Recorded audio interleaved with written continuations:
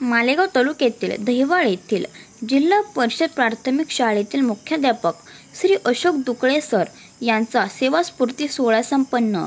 गेल्या 35 वर्षाच्या शिक्षण सेवेतून आज त्यांना मोठ्या उत्साहात सेवानिवृत्तीनिमित्त शाल श्रीफळ व पुष्पगुच्छ देऊन सत्कार करण्यात आला.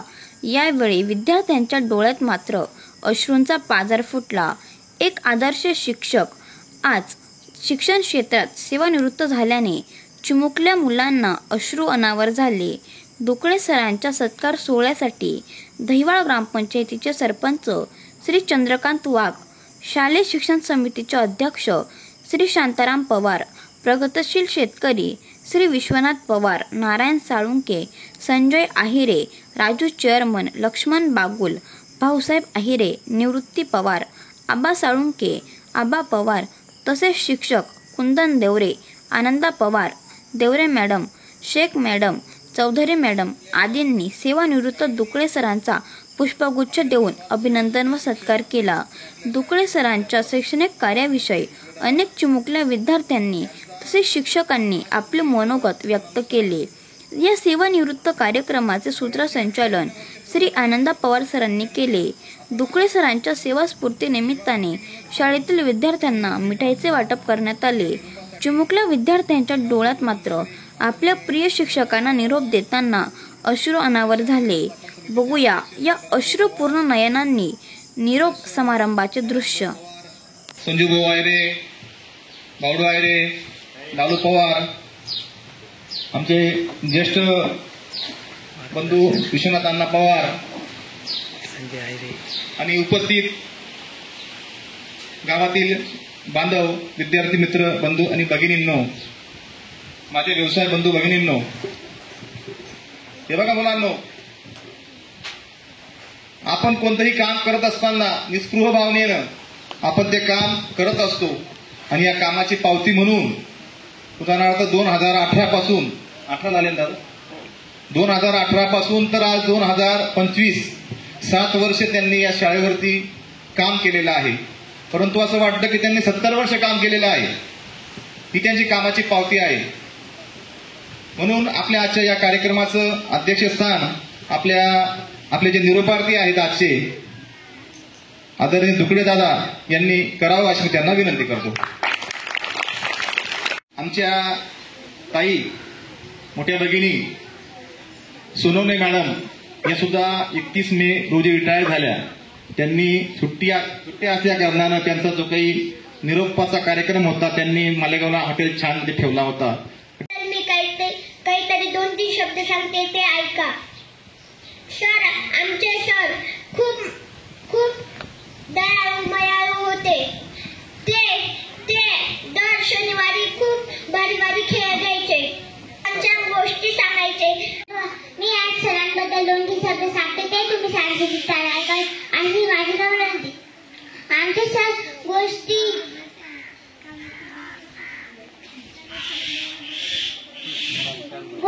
खूप छान शिकवायचे आणि दर शनिवारी छान खेळायचे. नमस्कार, माझे नाव यशराज विलास जगताप आहे. आज मी आमच्या मुख्याध्यापक सरांबद्दल 2-3 वाक्य सांगणार आहे. आमचे सर आम्हाला दर शनिवारी खेळायला सोडायचे. आमचे सर आम्हाला खूप जीव लावायचे. आमचे सर आम्हाला खूप आवडायचे. आमचे सर आम्हाला दर वेळी खाऊ आणायचे. आम्ही सरांबद्दल खूप आभारी आहे. एवढ्या बोलून मी माझे भाषण संपवतो. जय हिंद, जय भारत. कार्यक्रमाचे सन्माननीय अध्यक्ष, कार्यक्रमाचे उपस्थित सर्व व्यासपीठ ज्यांचा आज सेवापूर्ती सदिच्छा सोहळा आपण आयोजित केला असे आपले मुख्याध्यापक सर, एक गोड व्यक्तिमत्व सन्मान्य दुकळे सर. कैसे बताऊं क्या बताऊं, कैसे बताऊं क्या बताऊं, मन गुमसुम सा हो गया है, मन गुमसुम सा हो गया है. कैसे हो लम्हे बिखर गए, कैसे हो लम्हे बिखर गए, कुछ पता भी नहीं चला.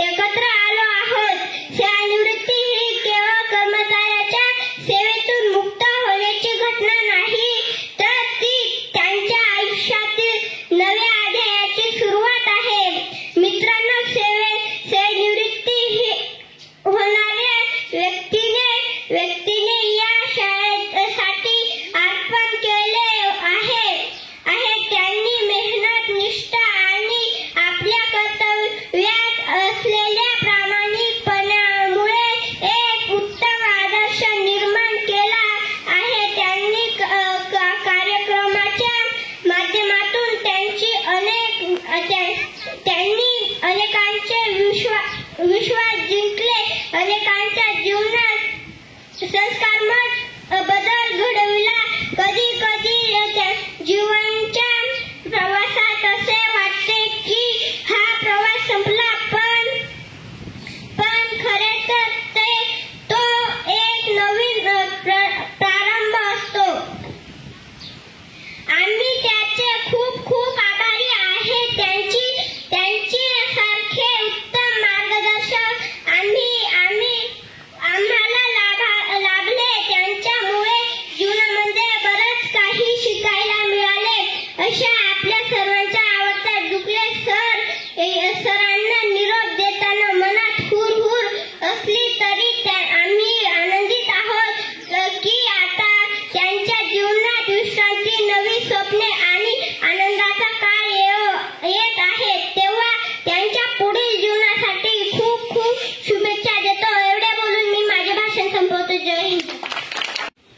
इथे जमलेले गावातील प्रतिष्ठित नागरिक आणि विद्यार्थी मित्रांनो, तसंच माझ्या शिक्षक बंधू भगिनी, तर आज आपण सर्वजण आपले सर्वांचे लाडके दादा आणि श्रीमती सोनवणे मॅडम यांना निरोप देण्यासाठी इथे जमलेलो आहोत. तर यांच्याविषयी काय सांगावं, तर ते शब्द अपुरे पडतील अशा प्रकारचा अनुभव मला तरी वैयक्तिक आहे. दादा या शाळेवर सन 2018 मध्ये रुजू झाले आणि त्यानंतर 2019ला मी या शाळेमध्ये आले. तर पहिल्या दिवसापासून मी जशी या शाळेत आली तसं एक प्रकारचं एक कुटुंबाची जी हे असते अनुभूती असते, ती अनुभूती मला या शाळेमध्ये आलेली आहे. आणि आमचं सर्वजणांचं एक कुटुंबच आहे. आम्ही सर्वजण एकमेकाला प्रेमाने, आमचे नावं आहेत दादा, ताई, माई, अशा पद्धतीने हाका मारलं जातं. आणि ही सर्व जी संघटक म्हणून या सगळ्यांची जी जबाबदारी आहे ती दादांची आहे. आणि दादांनीच या सर्व जो सन्मान आहे तो आम्हाला दिलेला आहे. दादांचे आम्हाला आदरयुक्त भीती जी एका मुलीला आपल्या आईवडिलांविषयी पाहिजे ती आम्हाला त्यांच्याविषयी होती. त्यांनी कधीही आम्हाला असं एकदम याच्याने काम सांगितलं नाही की आम्ही त्यांचं म्हणजे न सांगताच आम्ही ओळखून घ्यायचो. आणि दादांनीही आम्हाला खूप सांभाळून घेतलेलं आहे. तर सर्वप्रथम मी त्यांच्या कुटुंबाविषयी बोलणार आहे. दादांचं अतिशय छान चौकोनी असं म्हणतात तसं कुटुंब आहे. 2 मुलं आणि दादांच्या मॅडम पण अंगणवाडीमध्ये कार्यरत आहेत आणि दोघांचाही विवाह झालेला आहे. छान मोठा मुलगा, सून हे इंजिनियर आहेत. लहान दादा पण त्यांचा बिझनेस करतो आणि अतिशय सुखवस्तू असं छान कुटुंब आहे. दादांचा तसं राहणीमान दादा तसं दाखवतही नाही आणि छान असं सुखवस्तू कुटुंब आहे. आणि सुखवस्तू सोबतच अतिशय धार्मिक, सात्विक असं हे कुटुंब आहे. आम्ही 2-3 वेळा त्यांच्या घरीही भेट दिलेली आहे. अतिशय प्रेमळ असं वातावरण आहे. ज्या पद्धतीने दादांचं घरात वातावरण आहे तसंच शाळेमध्येही दादा तसेच राहिले. आपलं ऑफिसचं काम करून दादा मुलांमध्ये दररोज जवळजवळ 1-1.5 तास का असे ना मुलांमध्ये दिल्याशिवाय दादा राहत नव्हते. आणि मुलांविषयी त्यांना खूप आपुलकी आहे. सुरुवातीला त्यांनी सुरगाण्यामध्ये सर्व्हिस केली, त्यानंतर ते येवल्यामध्ये गेले आणि मग पुन्हा मुख्याध्यापक म्हणून पेठमध्ये आणि त्यानंतर इथे दैवाळमध्ये त्यांची सेवा झालेली आहे. पेठ, सुरगाण्यासारख्या अतिदुर्गम भागामध्ये सुद्धा दादांनी अतिशय सुंदर अशी आपली सर्व्हिस केलेली आणि तेथील संबंध सुद्धा त्यांनी जपून ठेवलेले आहेत. ते लोक आजही दादांच्या संपर्कात आहेत. सर्व मुलांना व्यवस्थित मार्गदर्शन आणि आमचं सुद्धा दादांनी खूप काळजी अशी घेतात की मला वैयक्तिक असा अनुभव आहे की मला थोडीशी माझी तब्येत बरी नव्हती आणि दादांनी अतिशय हक्काने आमच्या सरांना फोन केला की आमच्या मॅडमला तुम्ही दवाखान्यात घेऊन जाता का, मी घेऊन जाऊ. आणि तेव्हापासून दादा, सर माझं थोडी जरी तब्येत बिघडली सर मला लगेच दवाखान्यात नेतात, नको मला दादा विचारते, अशी अनुभूती आहे. आणि बोलताना मलाही खूप वाईट वाटतंय की दादा उद्यापासून आमच्यामध्ये नसणार आहेत. तशाच आमच्या सोनवणी ताई अतिशय शांत आणि मनमिळावू, ताईंचं अक्षर खूप सुंदर आहे आणि जिथून त्या सर्व्हिस करून आलेल्या आहेत तिथून सुद्धा ताईंविषयी खूप चांगलं सांगितलं जातं. आणि शांत, मनमिळावू आणि मध्यंतरी कोरोनाच्या काळात त्यांचे सर वारले आणि तरीसुद्धा त्यांचं कुटुंब मोठं आहे. 4 मुली, 2 मुलं, सर्व मुली त्यांच्या छान एज्युकेटेड आहेत. जावाई चांगले सर्व्हिसला आहेत. अतिशय ताईचं सुद्धा कुटुंब अतिशय सुंदर आहे. आणि या कुटुंबाची धुरा त्यांनी सांभाळली. आणि अशा या दोघांना आज आपण निरोप देणार आहोत. त्यांचं पुढील जीवन आता दादांना आपल्याला सांगायची गरजच नाही की तुम्ही इथे तीर्थयात्रा करा किंवा तुम्ही भक्ती भावाकडे वळा, कारण ते अगोदरच त्या मार्गामध्ये आहेत. आणि फक्त त्यांची भेटगाठ आपल्याला वेळोवेळी हो अशी मी विनंती करते त्यांना.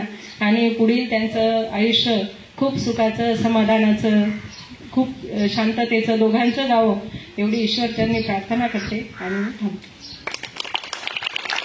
आदरणीय व्यासपीठ, आपल्या आजचे सत्कारमूर्ती, निरोपार्थी आदरणीय दादा आणि विद्यार्थी मित्रांनो, आज आपल्या शाळेचे मुख्याध्यापक आदरणीय दुकळे दादा आपल्यातून जात आहेत. हे दुःख आपल्याला खूप मोठं आहे, कारण आपण असं म्हणतो घरचा जो म्होरक्या असतो तो चांगला तर घर चांगलं, सर्व काही आपलं म्होरक्यावरती अवलंबून असतं. असो, त्यांच्या पश्चात आम्ही त्यांच्या पावलावर पाऊल ठेवून काम करणारच आहोत. परंतु प्रत्येकाची मुलांनो एक काम करण्याची पद्धत वेगळी असते, एक व्यक्तिमत्व वेगळं असतं. त्यांच्यामधले जे काही गुण आहेत त्यात त्यांचा प्रमुख गुण असा होता की ते अत्यंत शांत. काहीही झालं तरी ते कुणावर रागवणार नाही. कितीही मोठं संकट आलं तरी ते मनावरच घेणार नाही.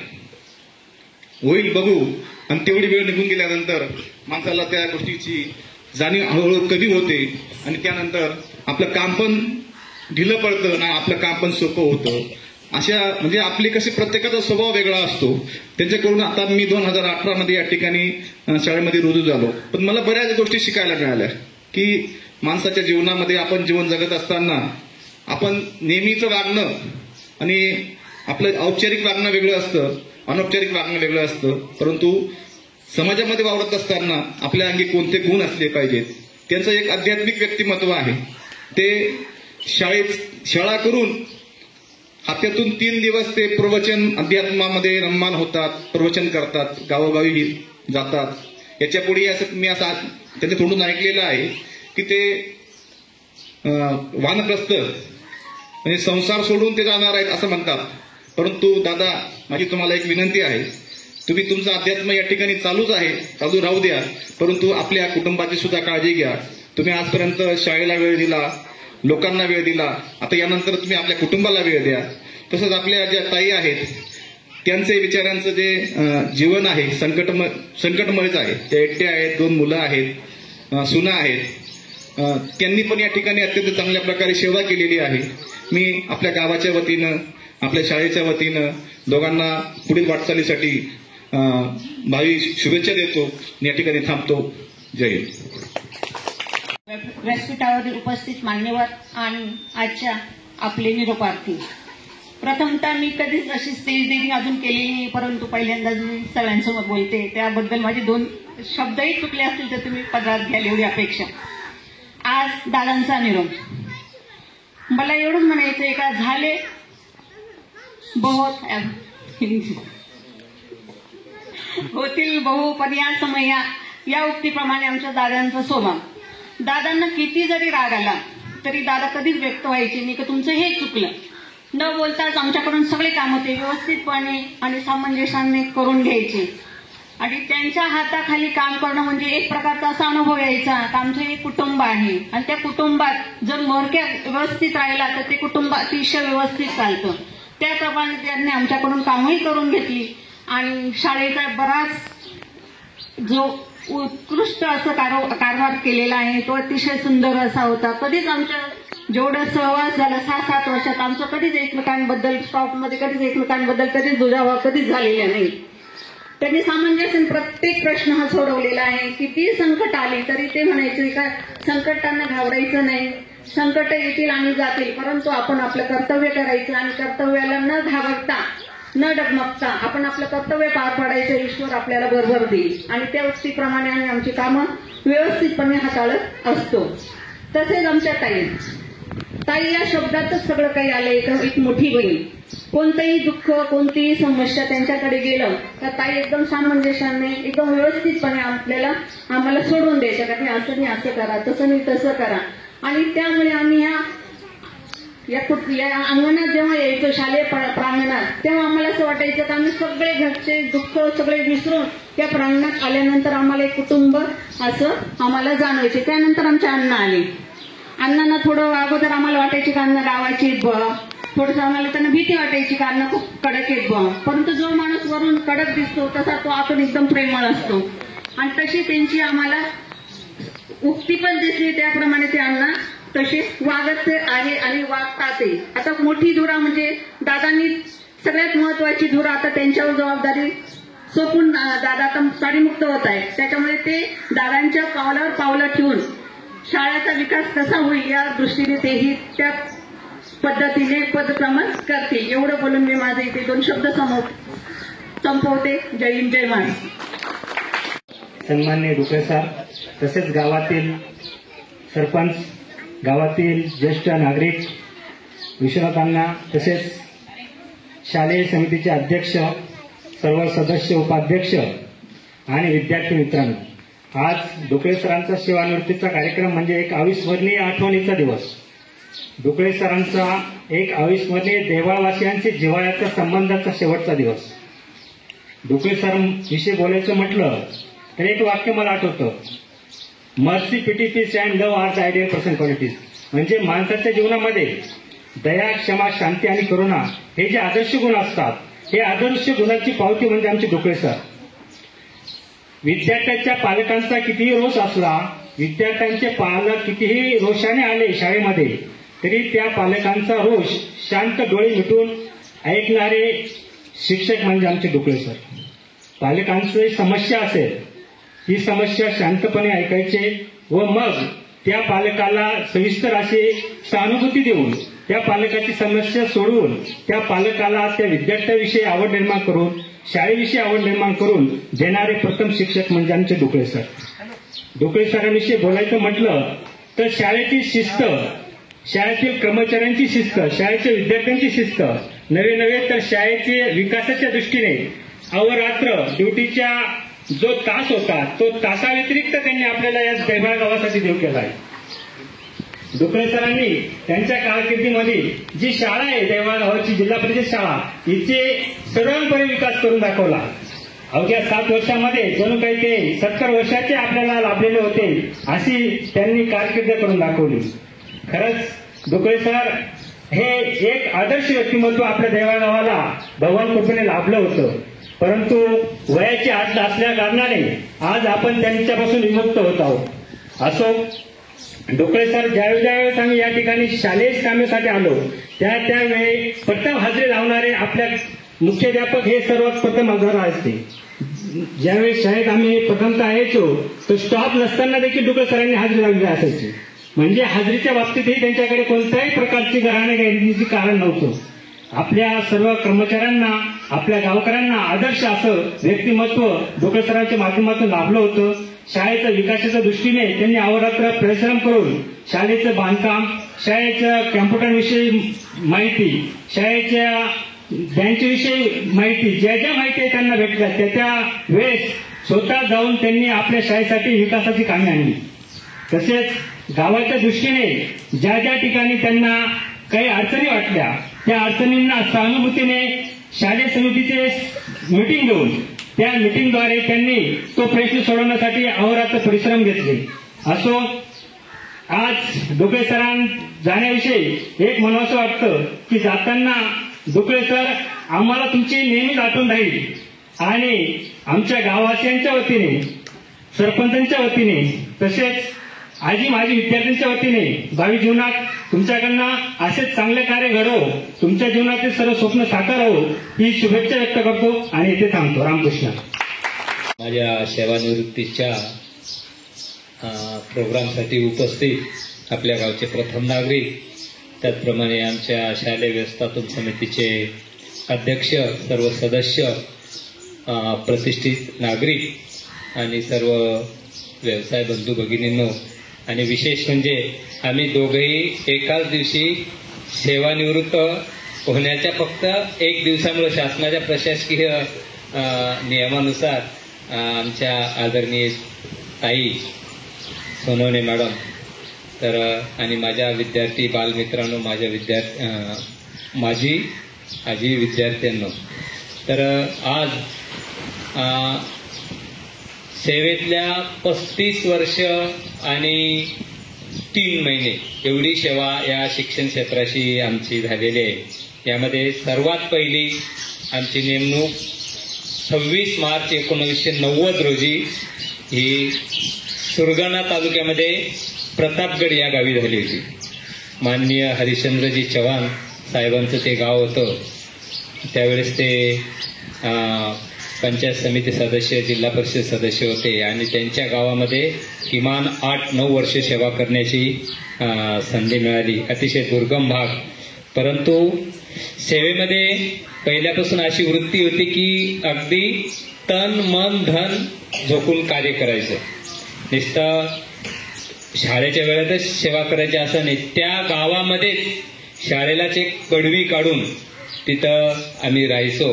तिथंच हाताने स्वयंपाक करून आणि 8 वर्ष त्या ठिकाणी काढली. तर त्याही ठिकाणी जसं आपल्या गावामध्ये जिव्हाळा निर्माण झाला, तर त्यांच्या प्रत्येक याच्यामध्ये, समस्येमध्ये असेल, आनंदामध्ये असेल, दुःखामध्ये असेल, आम्ही सहभागी झालो. आणि 8 वर्षामध्ये आदिवासी भागामध्ये कसे निघून गेले ते कळले सुद्धा नाही. तिकडून या भागामध्ये यायला सुद्धा मन वाटत नव्हतं. असे 8 वर्ष तिकडे निघून गेले. ती शाळा आपल्या शाळेसारखीच 1 ते 4 होती, ते 1 ते 8 झाली. नंतर जिल्ह्यापर्यंत सर्व क्रीडा स्पर्धेमध्ये ते दरवर्षी मुलं त्या शाळेवरचे पण जायचे आणि सर्वांगीण असा विकास करण्याचा प्रयत्न केला की ज्या ठिकाणी ते आजही नाव काढतात. आणि त्यांचं खूप इच्छा होती की तुमच्या निरोपासाठी आम्हाला बोलवा. चव्हाण साहेबांची इच्छा होती किमान आम्हाला शुभेच्छाची तरी संधी द्या. परंतु कसं आहे, आपल्याच वाहवा करून घेण्यासाठी मी आमच्या स्टॉपलाही सांगितलं की सेवानिवृत्तीचा कार्यक्रम कसा आहे, इथं फक्त आपली तारीफ असते आणि ही तारीफ ही माणसाला फार घातक असते. जेवढी तारीफ केली तेवढा मनुष्य हवेत तरंगायला लागतो आणि जेवढी तारीफ केली तेवढं माणसाला असं वाटतं की मी काहीतरी वेगळाच प्राणी आहे आणि त्याला असं स्वतःला वेगळं समजायला लागतो. तर ते तसं काही नसतं.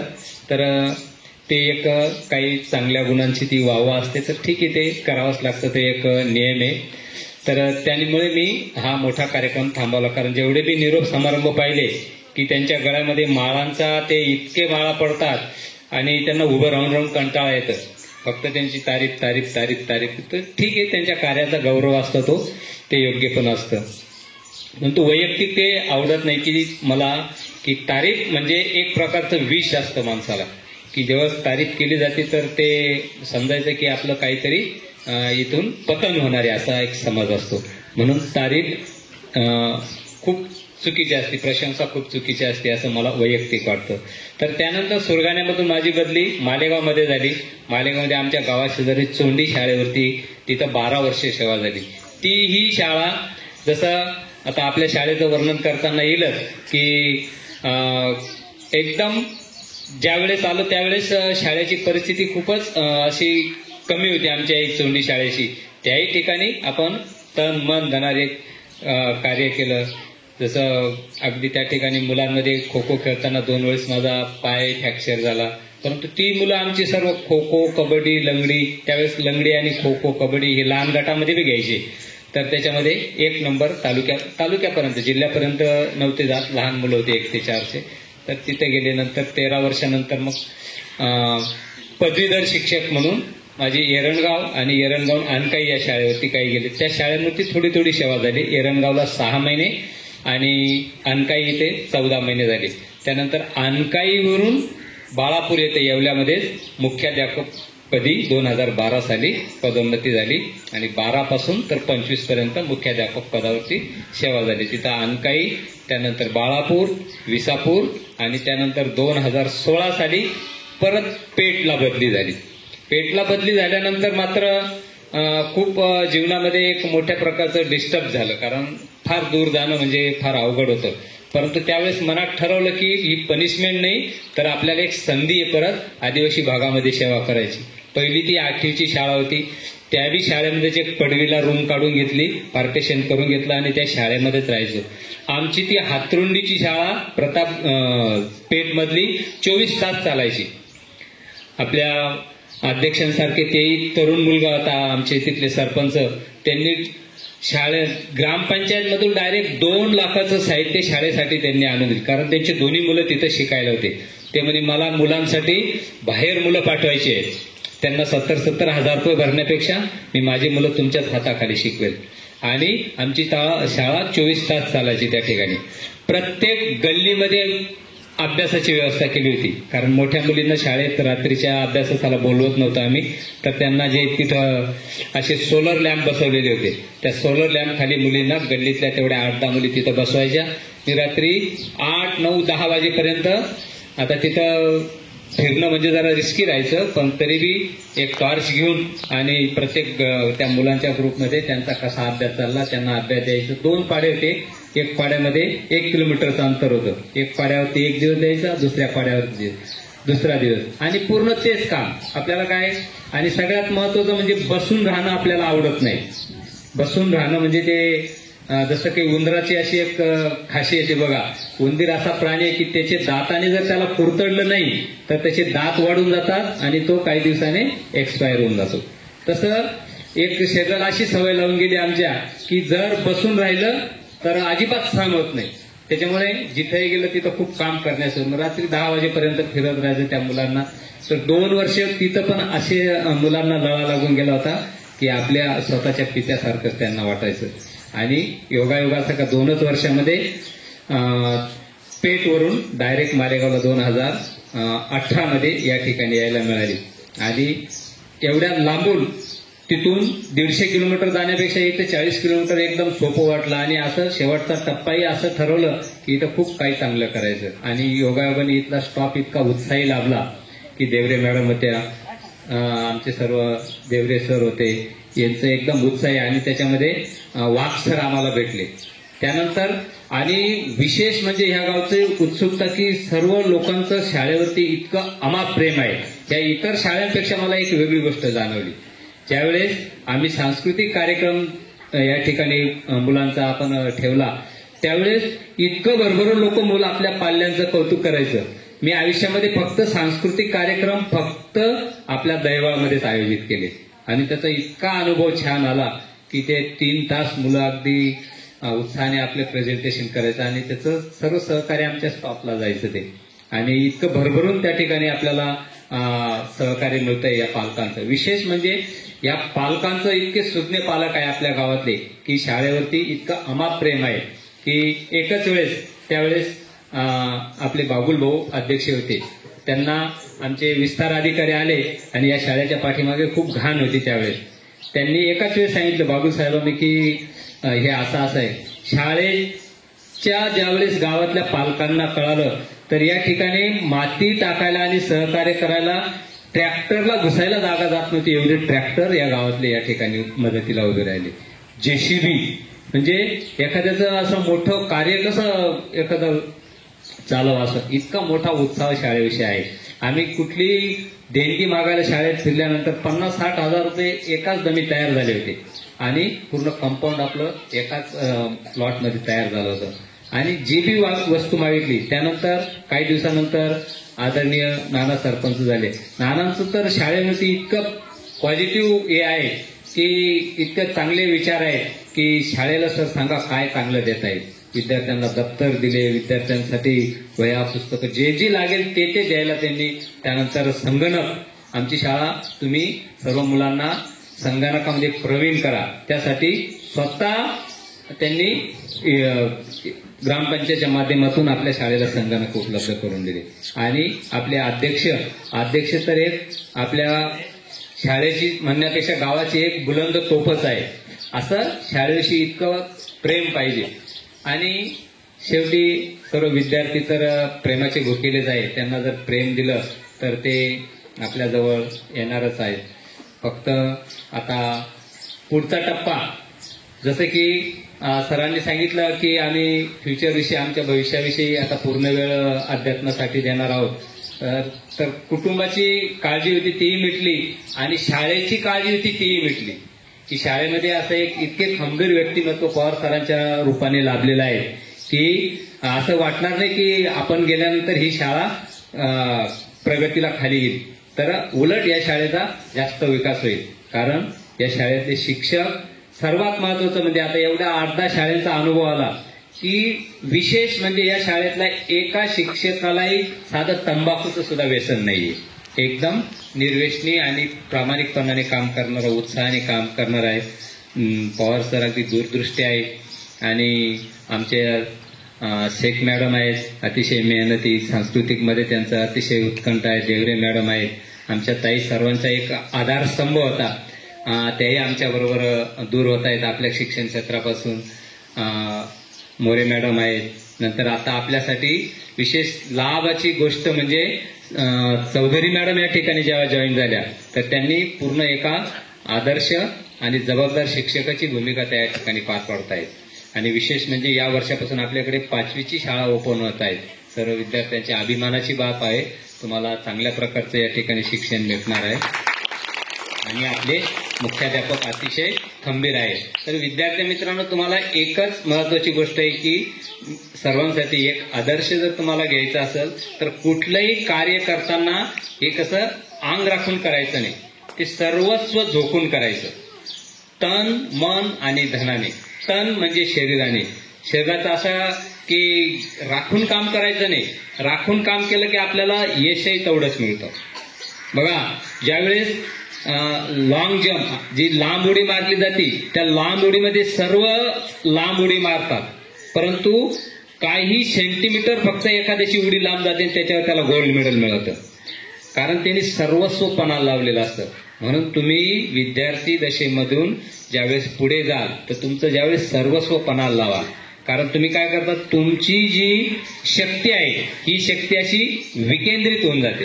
काही खेळामध्ये, काही घरकामामध्ये, काही आळसामध्ये, काही झोपण्यामध्ये लावतात. तर सर्व शक्ती एकत्रित करून एका दिशेवर जर तुम्ही फोकस केला तर निश्चित तुम्हाला जे उत्तुंग असं यश असेल ते मिळू शकतं. म्हणून तसे प्रयत्न तुम्ही भावी आयुष्यामध्ये निश्चित करायचे आहे. आपण सर्वांनी एवढे दिवस आमच्या ह्या सेवेला चांगला सकारात्मक प्रतिसाद दिला. आणि विशेष म्हणजे आमचे पत्रकार भाऊ यांनी आपल्या शाळेचा एवढ्या दिवसामध्ये अगदी पूर्ण जगभर प्रसिद्धी दिली की अशी कुठली शाळा नाही की जिथे युट्यूबवरती माहिती येते. छोटासाही कार्यक्रम असला की आपली युट्यूबची लिंक लगेच आपल्या गावभर पसरली जाते किंवा संपूर्ण जगभर पसरली जाते. तर त्यांचंही आपल्या शाळेवरती अतिशय असं मनापासून प्रेम आहे. सगळ्या गोष्टीसाठी ते केव्हाही, आणि विशेष म्हणजे कधी कधी आमच्याकडून त्यांना निरोपही दिला जात नाही, परंतु ते असे हे नाही की मला बोलवलं नाही मग मी कसा जाऊ, तरी त्यांचं कर्तव्य म्हणून शाळेवरती अमाप प्रेम म्हणून आहे. तर हीच, आणि मला ती शुभेच्छा द्यायची आवश्यकता नाही की एवढी टीम जर पॉवरफुल आहे या शाळेचा विकास निश्चितच आहे त्यापेक्षा अजून जास्त होत राहील. तरी पण माझ्या आपल्या भावी प्रगतीसाठी हार्दिक शुभेच्छा. आणि शेवटी जर ह्या सेवा काळामध्ये कधी कधी प्रशासकीय कारणास्तव माझ्याकडून रागावलं जातं की एकदा नारायण भाऊचे आमचे 2-2 शब्द झाले होते की थोडंसं शिक्षकांवर, तर कधी कधी कठोर बोलावं लागतं. तो एक सेवेचा भाग असतो. आणि ते बोलल्यानंतर मात्र मनाला फार वेदना होता की असं रागावलं नाही पाहिजे. कारण माणसाचा सर्वात मोठा शत्रू आहे तो म्हणजे क्रोध. आणि ज्यावेळेस माणसाचा क्रोध जागृत होतो त्यावेळेस सर्व आपली जी आध्यात्मिक चेतना आहे ती सर्व नष्ट होते. तर कधी कधी माणूस वाहूनच जातो. तर अशा काही गोष्टी घडल्या आहेत तर त्या आपण प्रेमळपणाने त्या सांभाळून घ्यावा. आणि ती आमची एक दोष म्हणून त्याचा स्वीकार करावा. काही जर चूक झाली असेल सेवा काळामध्ये आमच्या सर्व व्यवसाय बंधू भगिनींना, विद्यार्थ्यांना आणि गावकऱ्यांना ही आग्रहाची नम्र विनंती. धन्यवाद. हरे कृष्ण. सर, आयुष्यात कधी वेळ मिळाला तर शाळेला भेट देत चला. नक्कीच आम्ही तुमची वाट बघू.